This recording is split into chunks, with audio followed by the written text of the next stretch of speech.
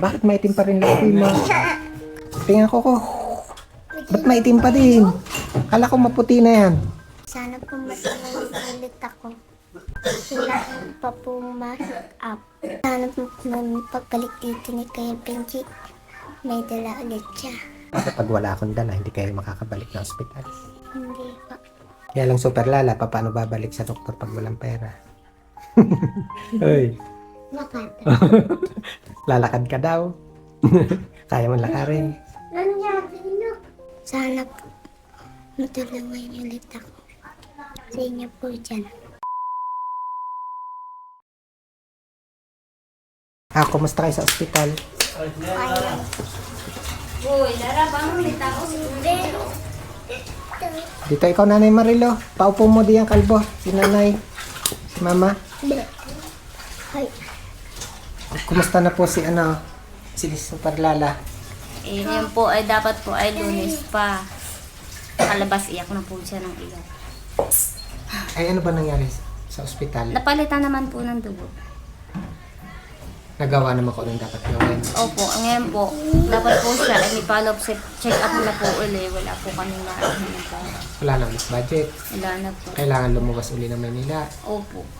Ako nga po ay nangutang ng idinagdag. Gawa po ng hindi po naipasok yung aking PhilHealth. Gawa po ng nagsama po sa kanila ay iniwan na po sila doon.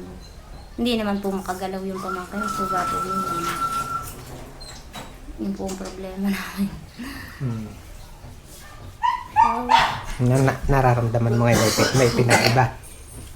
Simula nung ma-confine ka. Ha? O ganun pa rin? oh, Ganun pa din?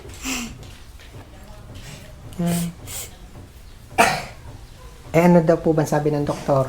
May bahid daw po ang puso. Nabutas.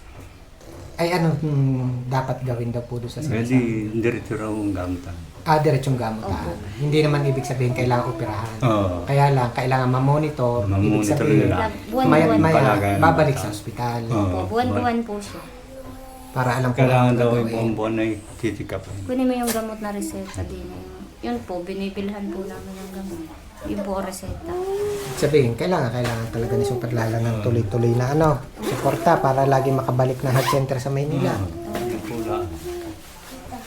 At kailangan diretso ang gamot. Yun pong naipon namin na sadya pong tagay namin na panggastos. Ang Sa problema ambulansya nito- po ay inabot po ng 15,000. Tatlong balik po.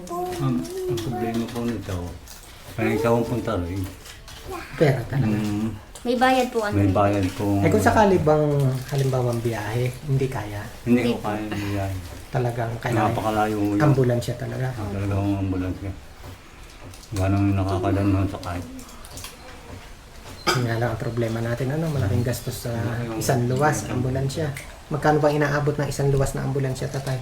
Mahigit pa po sa limagwa po nang bumabayad po sa bawat Pagka check-up. lang bibigay pa sa driver, ay inaabot to ng 4,000. Dahil lang pinag-uusapan doon ay Bye. Pinakakain pa no. krudo, Oo. toll gate, Tsaka pakain pa kung kasama. at ng ano. may bayad din ng driver.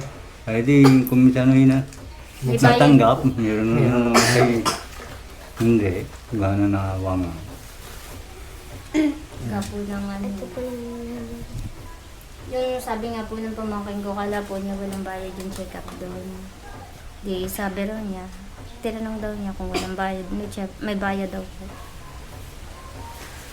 Sa health center ito, Opo. medyo medyo nalungkot ako doon sa paglala.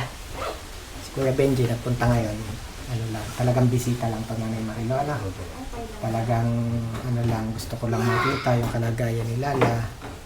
Mukhang mangangatok ulit tayo ng pintuan, Lala. Lala, Itutulan na. mangangatok ulit tayo, anak. sana po may magbigay ulit ng tulong sa akin.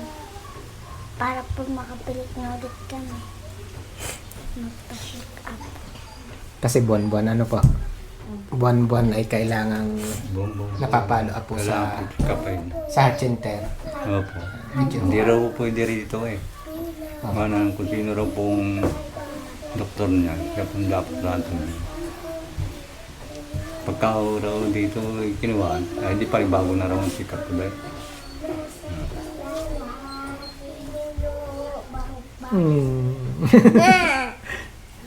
Yan. Mga kababayan, no? Again, yung ginawa po kay Lala sa heart center, yun naman ay hindi yung punta ka na. Hindi naman po yun yung permanente solusyon. Ginawa lang ng paraan yung sa dugo niya. Tapos nga, may nakita ng bara sa puso. Ano tatay? Yun yung sinolusyonan. Pero okay na ngayon. Okay na. So, ang kailangan nga lang, buwan-buwan, follow-up check-up. Check up po, gamot po. Kailangan ma-maintain yun pa hanggang tuluyan gumaling na po si Lala. Yun po ang aking dahilan na gumaling ng anak ko. Kahit po naghihirap po. Yun lang po may sakit ng anak ko. Yeah. Kaya mga kababayan, no, patuloy pa rin yung aming pagkatok, paglalambing, no, may kasamang pakiusap. Ulit, para mas marami pong makatulong kay Super Lala. Please share this video po.